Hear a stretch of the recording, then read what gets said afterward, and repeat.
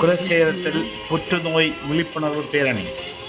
கன்னியாகுமரி மாவட்டம் புத்தன்கடை வட்டார கிட்ஸ் எழுவோம் இயக்கம் சார்பில் உலக புற்றுநோய் தினத்தையொட்டி புற்றுநோய் விழிப்புணர்வு பேரணி மற்றும் பொதுக்கூட்டம் நடைபெற்றது.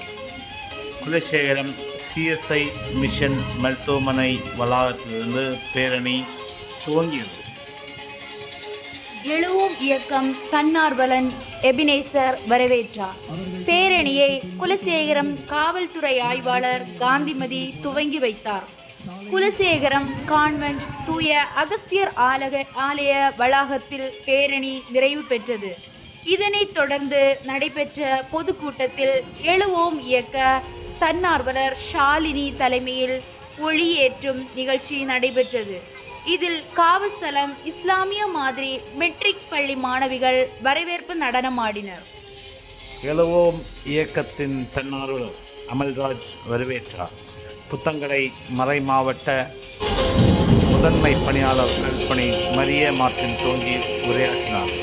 டாக்டர் சீனா ஜேம்ஸ் புற்றுநோய் பற்றி விரிவான விளக்கத்துடன் கருத்துரையாற்றினார். கிட்ஸ் செயல் இயக்குனர் அல்பனி மார்ட்டின், குலசேகரம் தூய அகஸ்தியர் ஆலய பங்கு தந்தை அல்பனி பிரிம் மிஸ்ரிங், SRKBB முதல்வர் டாக்டர் டைட்டஸ் ஆண்டனி மற்றும் குலசேகரம் சிஎஸ்ஐ மெட்ரிக் பள்ளி ஆசிரியர் மகேஷ், பஞ்சாயத்து தலைவர் ஜெயந்தி ஜேம்ஸ் ஆகியோர் வாழ்த்து பேசினர்.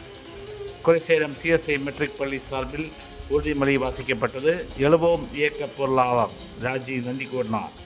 நிகழ்ச்சியை மனோஜ் மற்றும் அமலோத்சவம் செலின் ஷீபா தொகுத்து வழங்கினார். ஏராளமானோர் இதில் கலந்து கொண்டனர்.